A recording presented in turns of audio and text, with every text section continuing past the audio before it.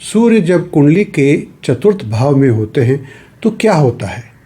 I am sure अगर आपकी कुंडली में या किसी आपके प्रियजन की कुंडली में सूर्य चतुर्थ भाव में है तो आपके मन में उत्सुकता तो होगी कि ये अच्छा है या नहीं अच्छा है, और अगर अच्छा है तो किन चीज़ों के लिए अच्छा है, और अगर नहीं अच्छा है तो किन चीज़ों के लिए नहीं अच्छा है। तो इसको आज हम इस वीडियो में विस्तार से जानेंगे। नमस्कार दोस्तों, मैं हूं आपका एस्ट्रोलॉजर संदीप कटारिया और स्वागत है आपका आप ही के चैनल पर। जैसे कि आपने देख ही लिया होगा, ये इस सीरीज़ का 5वां वीडियो है जिसमें हम चर्चा कर रहे हैं सभी प्लैनेट्स की अलग अलग भाव में, और उसमें सबसे पहले हमने लिया है सूर्यदेव को। हम पिछले वीडियोस पे सूर्यदेव के महत्व को ज्योतिष में उसके बारे में जान चुके हैं, और फिर हमने अलग अलग वीडियोस में बात करी है कि सूर्य जब कुंडली के प्रथम भाव में होते हैं, जब कुंडली के द्वितीय भाव में होते हैं, जब कुंडली के तृतीय भाव में होते हैं, वो क्या असर डालते हैं व्यक्ति के जीवन पर। तो इस वीडियो में हम विस्तार से चर्चा करने जा रहे हैं कि सूर्य जब चतुर्थ भाव में होते हैं तो व्यक्ति के जीवन पर क्या क्या प्रभाव आ सकते हैं। तो आइए शुरू करते हैं। ज्योतिष में चतुर्थ भाव हमारे घर, परिवार, पैतृक जड़ों यानी कि एंसेस्ट्रल रूट्स और हमारे अंदर की इमोशनल दुनिया को रिप्रेजेंट करता है।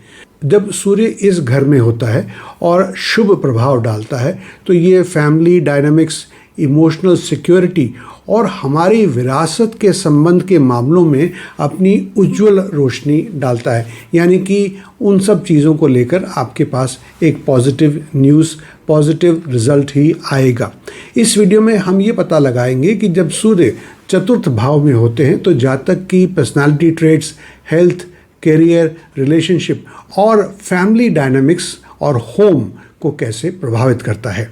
तो सबसे पहले बात करते हैं व्यक्तित्व लक्षण और प्रकृति यानी कि पर्सनालिटी ट्रेट्स और नेचर। चतुर्थ भाव में सूर्य वाले व्यक्तियों में अक्सर परिवार और घर के प्रति गहरा लगाव होता है। उनकी इमोशनल रूट्स यानी कि भावनात्मक जड़ें बहुत गहरी होती हैं और वे अपने पारिवारिक संबंधों, फैमिली रिलेशंस को बहुत महत्व देते हैं। उनके पास एक मजबूत नर्चरिंग नेचर यानी कि पालन पोषण करने वाला स्वभाव हो सकता है, जो अक्सर परिवार में हार्मोनी यानी कि सद्भाव बनाए रखने में महत्वपूर्ण भूमिका अदा करते हैं। वे प्रियजनों को इमोशनल सपोर्ट प्रदान करते हैं। सूर्य की ये प्लेसमेंट उन्हें अपने प्रियजनों और अपने घर के माहौल के प्रति अत्यधिक प्रोटेक्टिव बना सकती है, और कभी कभी तो ओवर प्रोटेक्टिव की हद को भी वे पार कर लेते हैं। बात करते हैं स्वास्थ्य और जीवन शक्ति के बारे में। चौथे घर में सूर्य जातकों की ओवरऑल वेलबींग को बढ़ा सकता है, खास तौर पर जब वे स्वयं को भावनात्मक रूप से स्वयं को सुरक्षित महसूस करते हैं, यानी कि इमोशनली सिक्योर महसूस करते हैं।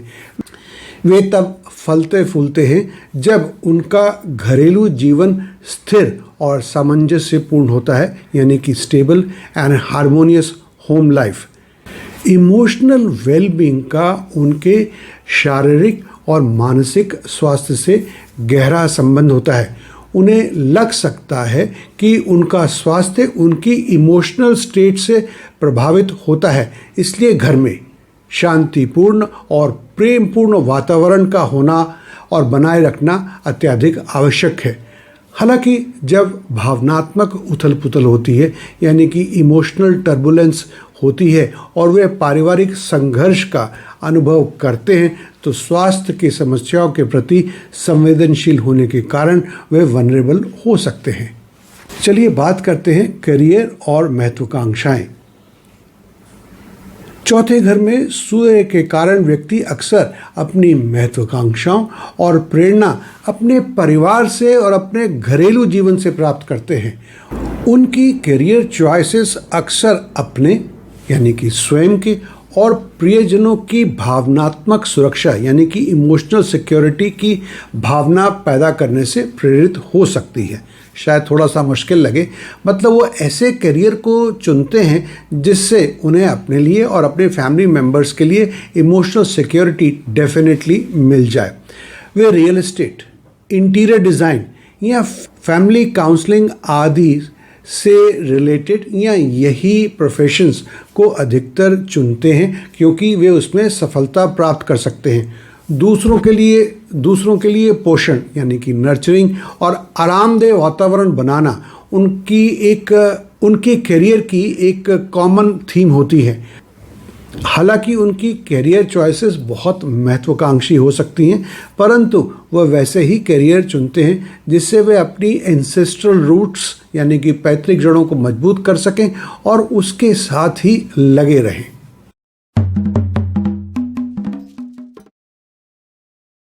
दोस्तों, आगे बढ़ने से पहले मैं आपसे 2 बातें करना चाहूँगा। अक्सर हमारे पास जो फ़ोन आते हैं उनमें सबसे पहले ये इच्छा व्यक्त की जाती है कि वे मेरे से कंसल्टेशन प्राप्त करना चाहते हैं। तो इसका तरीका बहुत आसान है।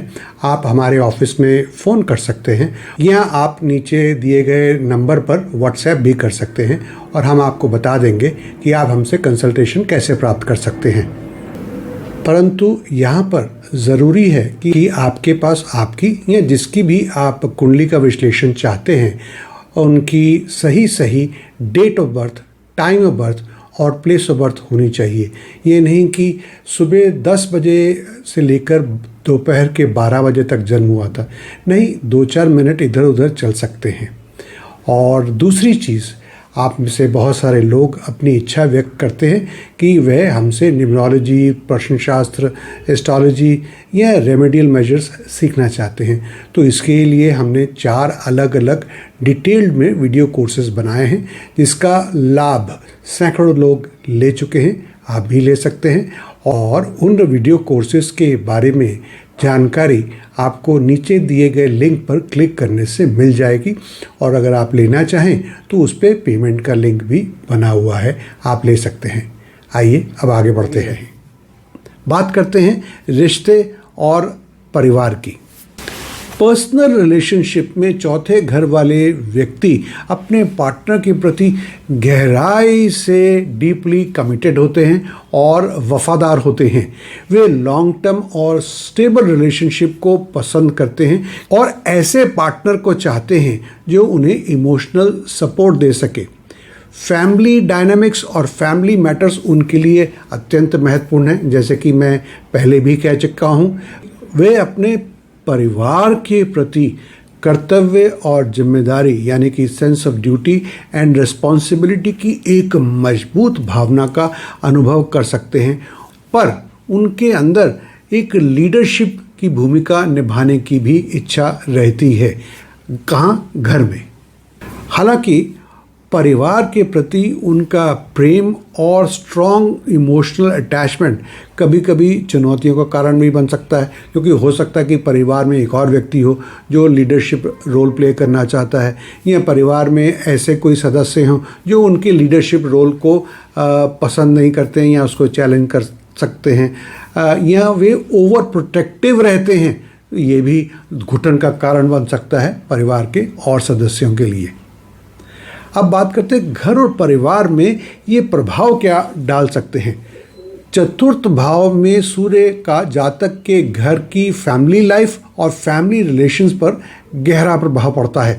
वे अक्सर एक गर्म जोशीपूर्ण, इनवाइटिंग और हार्मोनियस एटमॉस्फेयर बनाने का प्रयास करते हैं।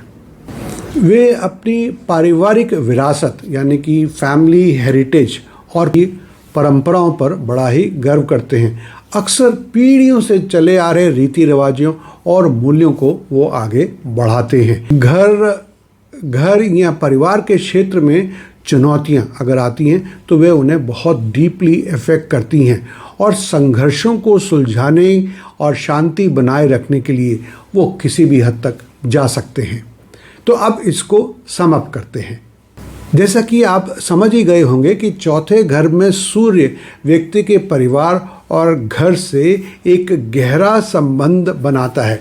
ये व्यक्ति अपने और प्रियजनों के लिए भावनात्मक सुरक्षा यानी कि इमोशनल सिक्योरिटी बनाने की इच्छा से प्रेरित होते हैं और जो भी काम करें, इनका नेचर या इनका करियर, ये इस चीज़ से प्रेरित होता है कि घर में इमोशनल सिक्योरिटी मिले। जबकि उनकी वफादारी और पोषण करने की प्रकृति यानी कि लॉयल्टी एंड नर्चरिंग नेचर बहुत ही अप्रिशिएबल क्वालिटीज़ हैं, बहुत ही सराहनीय गुण हैं।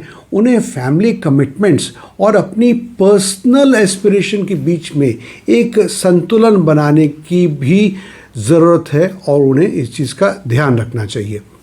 इस प्लेसमेंट का सूर्य की इस प्लेसमेंट का पूरा फ़ायदा उठाने की कुंजी है कि अपनी इमोशनल रूट्स को अपनाएं और उसे नर्चर करें और साथ ही साथ में पर्सनल ग्रोथ और इंडिपेंडेंस को भी बढ़ाएं।